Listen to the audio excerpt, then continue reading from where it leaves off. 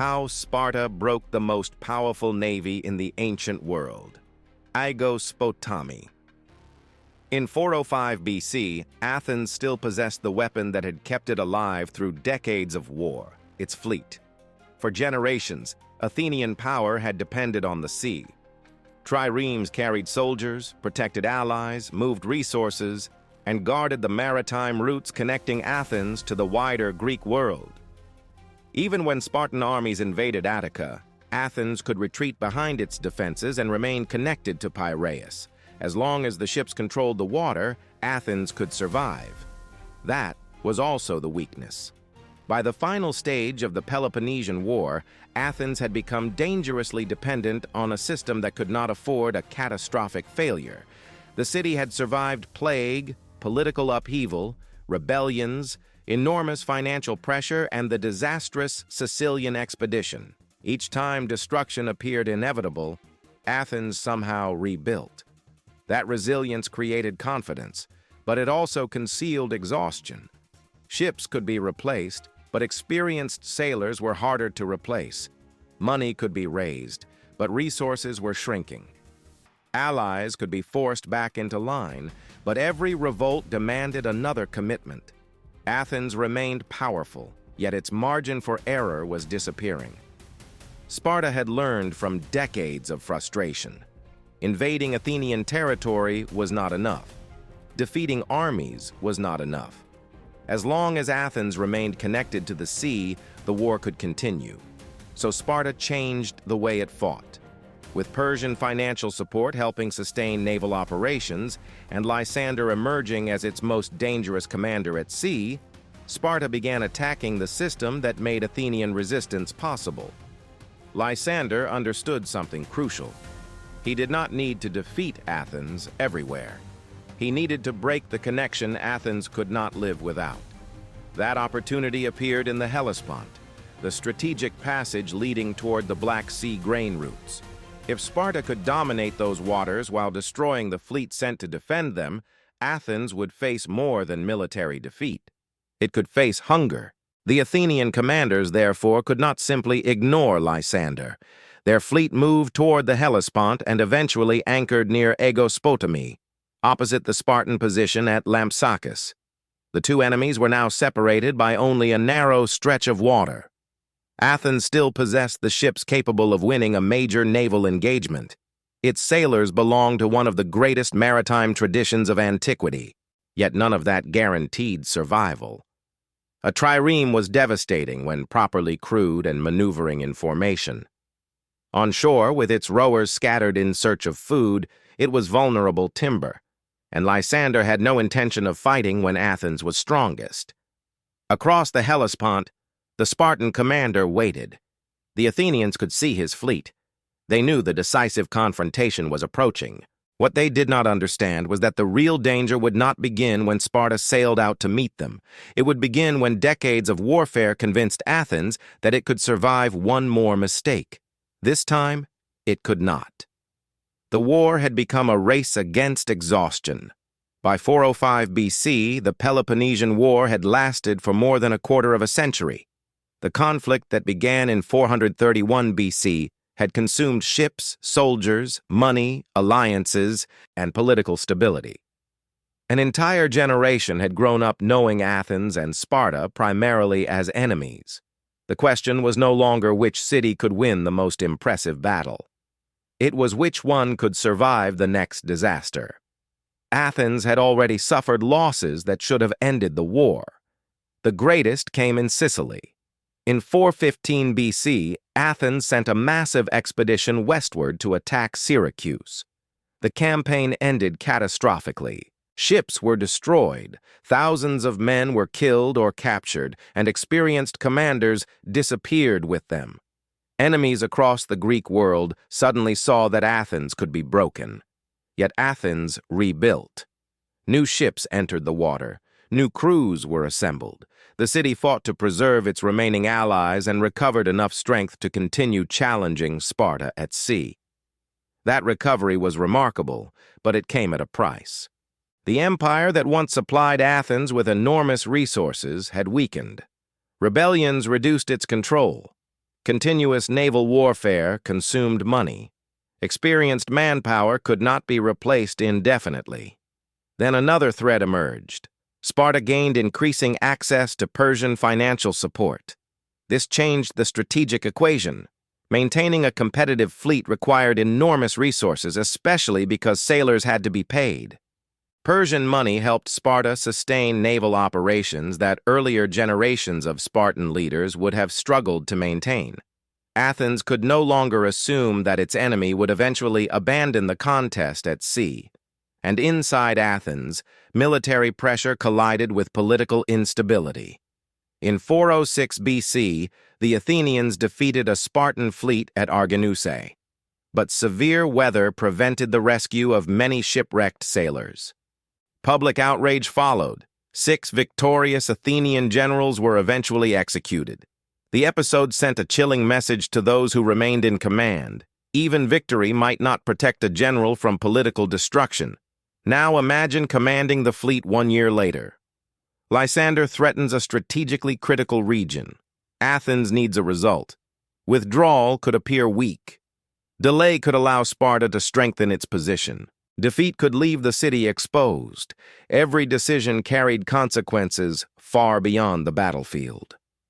Lysander faced a different situation. He understood that Athens was running out of ways to recover. He did not necessarily need a series of victories. He needed one defeat so severe that Athens could not build another fleet afterward. That made patience more valuable than aggression. When Lysander captured Lampsacus near the Hellespont, the Athenians were forced to respond. Their fleet moved into the region and anchored across the water near Aegospotami. Decades of warfare had now compressed themselves into one narrow strategic corridor. On one shore stood a city-state that needed to force the situation toward a favorable battle. On the other stood a commander who could wait. Athens was fighting against exhaustion. Lysander was preparing to use that exhaustion against it.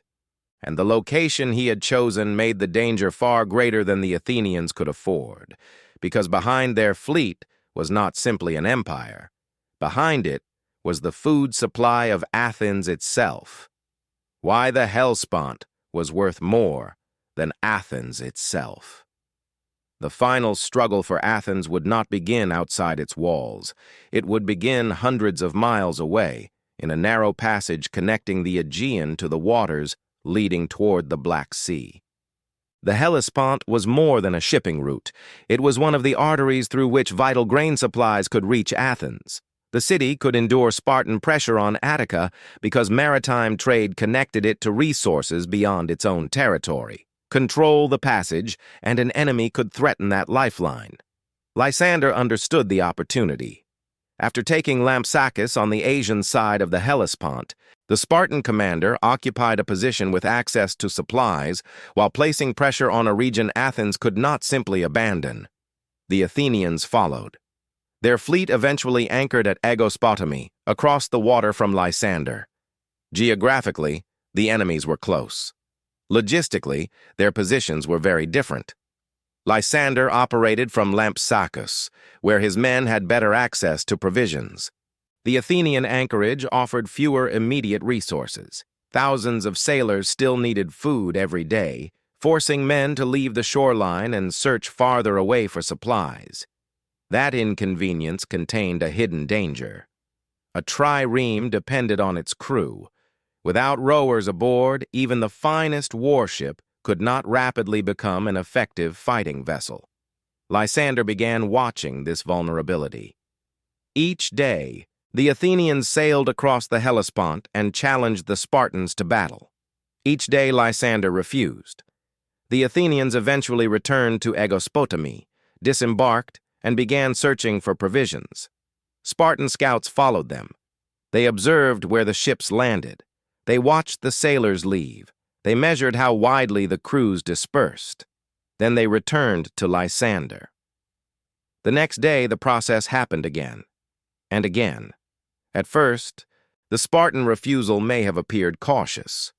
Perhaps Lysander feared Athenian naval experience. Perhaps another challenge would eventually force him to fight. But every day without an attack created something dangerous: routine.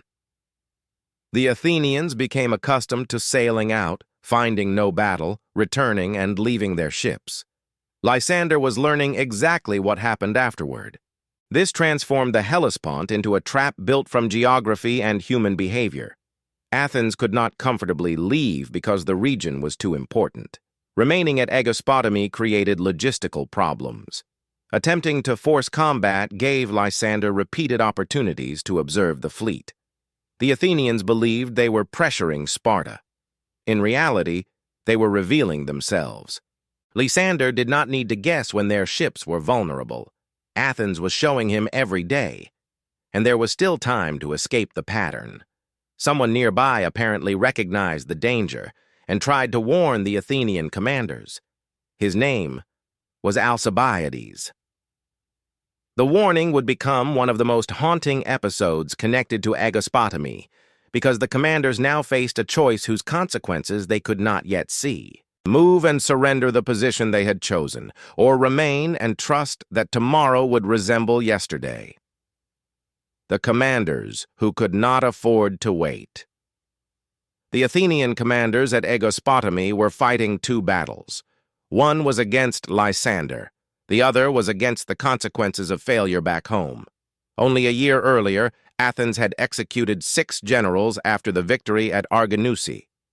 Severe weather had prevented the recovery of many shipwrecked sailors, and public anger turned a military success into a political catastrophe. Every commander now understood the message. A decision made at sea could cost him his life in Athens. That pressure followed the generals to the Hellespont. Lysander controlled Lampsacus. A vital maritime corridor was threatened. The Athenians could not withdraw without risking accusations that they had abandoned a strategic position. But remaining at Aegospotami created another danger. Their anchorage was exposed, provisions were inconvenient to obtain, and crews repeatedly dispersed after returning from their daily challenges. Then Alcibiades appeared. Once one of the most brilliant and controversial figures in Athens, Alcibiades was no longer in command. His career had carried him through extraordinary reversals, including exile and shifting relationships with Athens' enemies. According to Xenophon, he recognized the danger immediately. He warned the generals that they were stationed in a poor location while Lysander possessed the advantages of Lampsacus. His recommendation was to relocate to Sestos, where the Athenians would have better access to a harbor and supplies. The commanders rejected him. Ancient accounts differ over the precise details of the encounter, and Alcibiades was hardly a politically neutral advisor. Accepting his intervention could have created problems of authority and reputation. But the central warning was clear. Their position was dangerous. With hindsight, moving seems obvious. For the commanders standing there in 405 BC, it was not. Lysander had repeatedly refused battle. Abandoning the position might allow him greater freedom in the Hellespont. Retreat could be interpreted as weakness, and no Spartan attack had yet demonstrated that their daily routine would end in catastrophe. So the fleet remained. Every uneventful day made the decision appear more reasonable. Athens sailed toward Lampsacus. Sparta stayed back. Athens returned. Nothing happened. Crews left their ships. Still nothing happened. Repeated safety was quietly becoming evidence of future safety in the minds of men who had no way of knowing when Lysander would change the pattern. This was precisely where the Spartan commander held the advantage. The Athenians could see his ships, but they could not see his intention. Lysander, meanwhile, was receiving reports about their behavior. He knew when the crews were concentrated. He knew when they returned. He knew when men began moving away from the shore. Athens was revealing its routine while Sparta revealed almost nothing.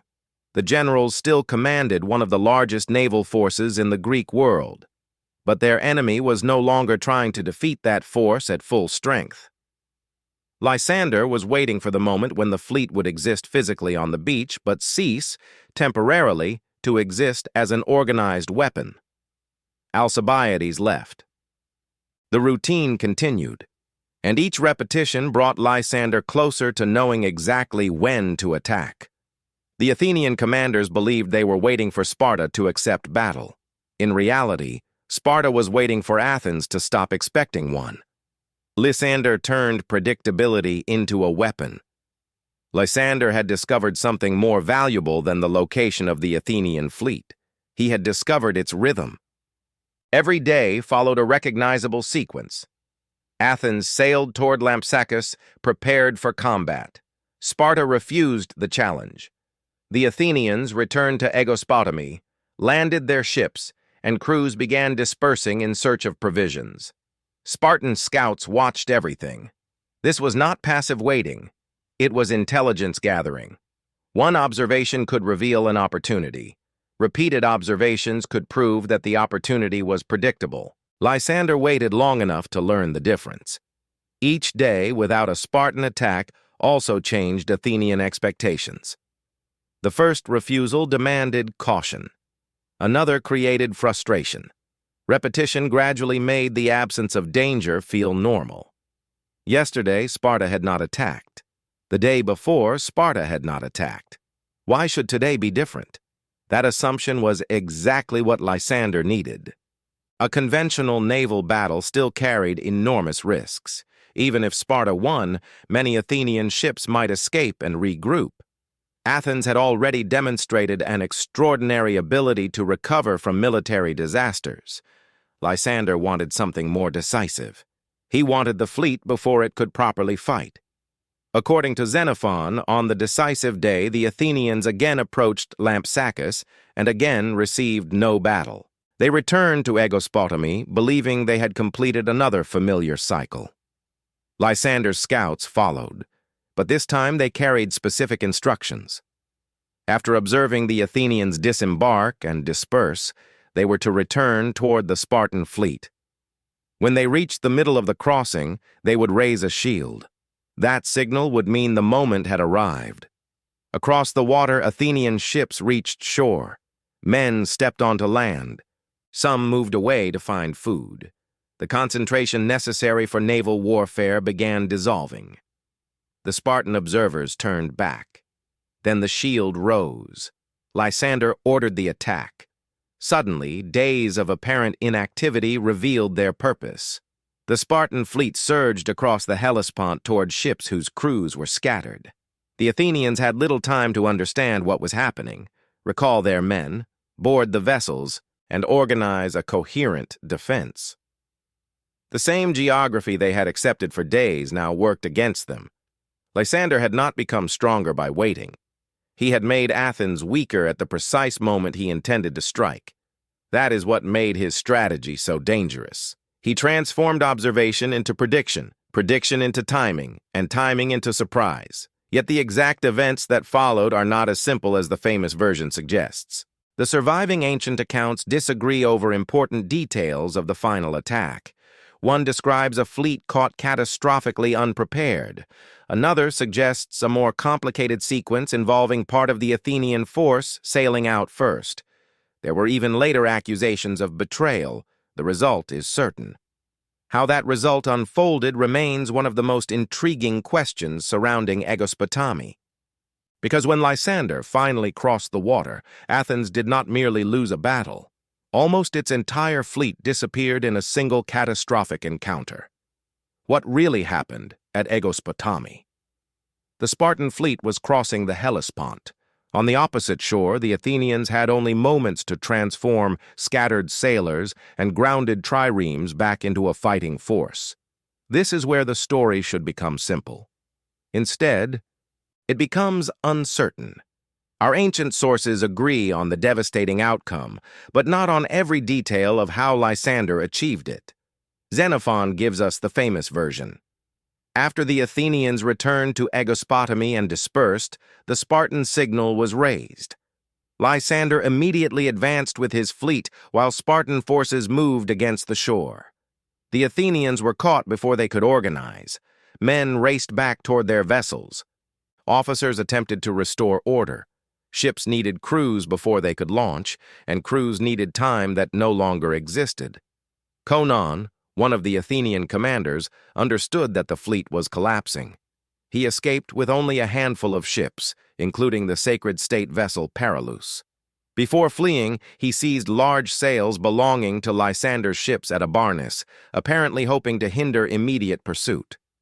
Most of the Athenian fleet was not so fortunate. The Spartans captured almost everything.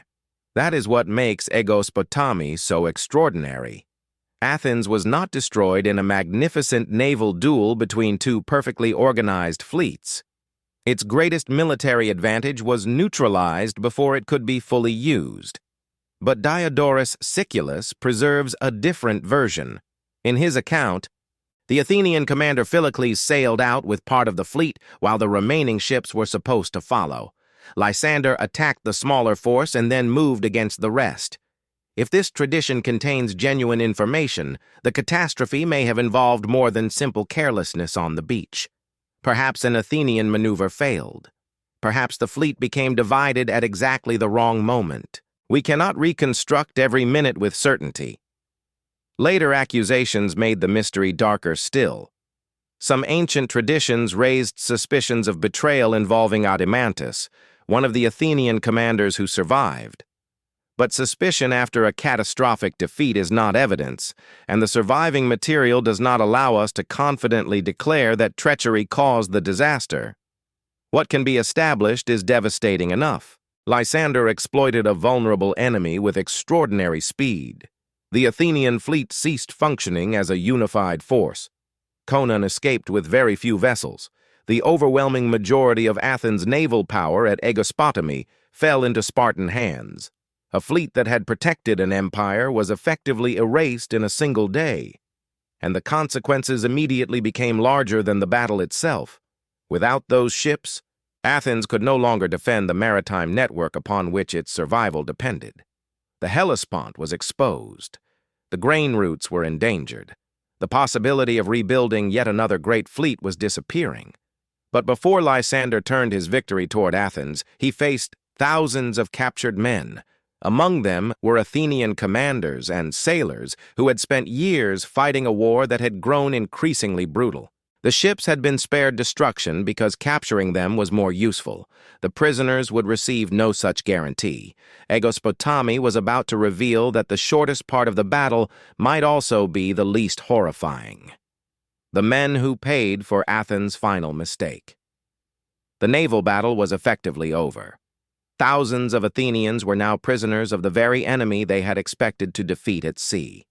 For them, the destruction of the fleet was no longer the greatest danger.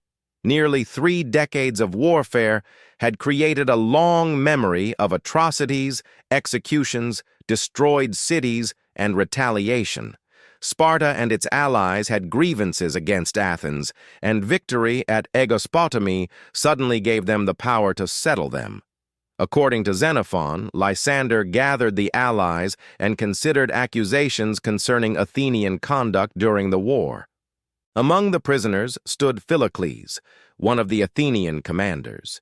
He was associated in the ancient account with the killing of captured crews from Corinth and Andros.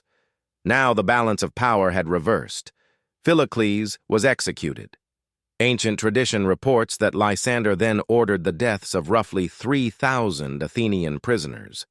The figure reveals why describing Aegospotami as an almost bloodless naval victory can be deeply misleading. The decisive fighting may have been brief. The aftermath was brutal. These were sailors who only hours earlier had expected another routine day on the Hellespont. Now they were paying not only for the decisions made at Aegospotami, but for years of accumulated hatred between Athens and its enemies. And Lysander was not finished. He began converting military victory into strategic collapse. Athenian influence across the region rapidly weakened. Without the fleet, communities that had once feared Athenian retaliation could reconsider their allegiance. Lysander also drove Athenians from other areas back toward their city. Strategically, this intensified the pressure. More people inside Athens meant more mouths consuming supplies at precisely the moment when the maritime system bringing food into the city was being severed. The weapon that had been surprise at Aegospotami was becoming hunger. Then the news reached Athens. The Paralus, one of the few vessels to escape, carried word of the catastrophe home. Xenophon describes the report spreading from Piraeus toward Athens through the long walls. The fleet was gone. The prisoners had been taken. The war had changed in a single day. According to his account, no one slept that night. The Athenians mourned their dead, but they also feared what might happen to themselves. They remembered the harsh treatment Athens had inflicted on defeated communities during its years of imperial power. Now the defeated empire wondered whether the same judgment would return upon it. The long walls still stood. The city had not been stormed. Yet their strategic meaning was disappearing. Those fortifications had protected Athens because they connected the city to Piraeus and the sea. Without control of that sea, stone alone could not save anyone from starvation. Sparta no longer needed another Aegospotami. It only needed time. For decades, Athens had survived disasters that seemed fatal. Now families waited behind the walls, knowing that the ships capable of reopening their lifeline were not coming.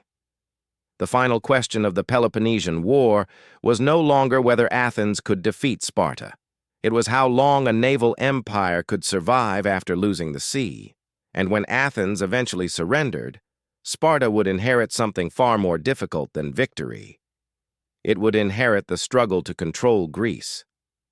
The victory that changed Greece, but solved nothing. Athens had not been conquered by storming its walls. It had been defeated hundreds of miles away on a shoreline beside the Hellespont. After Aegospotami, the strategic system that had kept the city alive began collapsing. Lysander moved through the Aegean, dismantling Athenian influence and strengthening Spartan control. Without a fleet capable of reopening the maritime routes, Athens faced increasing isolation. Hunger accomplished what decades of invasion had failed to do. In 404 BC, Athens surrendered. The terms marked the destruction of its imperial power. Most of its remaining warships were surrendered. Its overseas empire disappeared. The long walls connecting Athens with Piraeus were ordered demolished. According to Xenophon, sections of the walls were torn down to the sound of flute music as Sparta and its allies celebrated what they regarded as the liberation of Greece. The symbolism was unmistakable. The fortifications that had once allowed Athens to resist Spartan armies had become useless because the maritime power behind them no longer existed. Sparta had won the Peloponnesian War. Lysander had achieved what generations of Spartan commanders had failed to accomplish.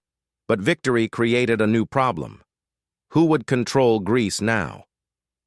Sparta had fought against Athenian domination, yet maintaining its own supremacy required many of the same instruments of power: political interference, friendly governments, military pressure, alliances, garrisons, money, and naval strength.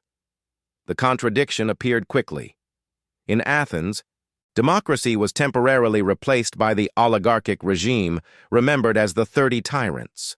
Executions, confiscations, and exile followed before democracy was eventually restored. Elsewhere, resentment toward Spartan dominance grew. The alliance that had helped defeat Athens had been united by a common enemy. Once that enemy was broken, competing ambitions returned. Former partners became rivals. Sparta soon found itself fighting new wars against Greek states that had previously stood beside it. Athens recovered enough strength to become relevant again. Thebes rose dramatically. Then, in 371 BC, the reversal became complete. At Leuctra, Thebes inflicted a devastating defeat on Sparta. The city, famous for its supremacy on land, discovered that no military reputation lasts forever. And beyond these rivalries, another power was rising: Macedon. Under Philip II, Macedonia eventually became strong enough to dominate the divided Greek world. In 338 BC, Philip defeated Athens and Thebes at Chaeronea, transforming the political balance of Greece. Seen from this wider perspective, Aegospotami carries a deeper meaning. Sparta had discovered how to destroy the strongest empire in Greece. It had not discovered how to create lasting stability afterward. That is the final paradox of the battle. Lysander did not defeat Athens by becoming superior at everything Athens did. He refused to fight when Athenian strength was ready. He observed behavior, exploited geography, recognized dependence, and attacked when the enemy's greatest weapon could barely function. A fleet vanished. A maritime empire collapsed. Sparta reached the summit of Greek power, but the cycle continued. Athens had believed naval supremacy could secure its position. Sparta discovered that victory could destroy that supremacy. Then Sparta learned the same lesson Athens had learned before it. Power can appear permanent right until the moment its hidden weakness becomes visible. Aegospotami ended Athens' empire and effectively decided the Peloponnesian War. It did not end the struggle for Greece. The Greeks had become extraordinarily skilled at defeating one another.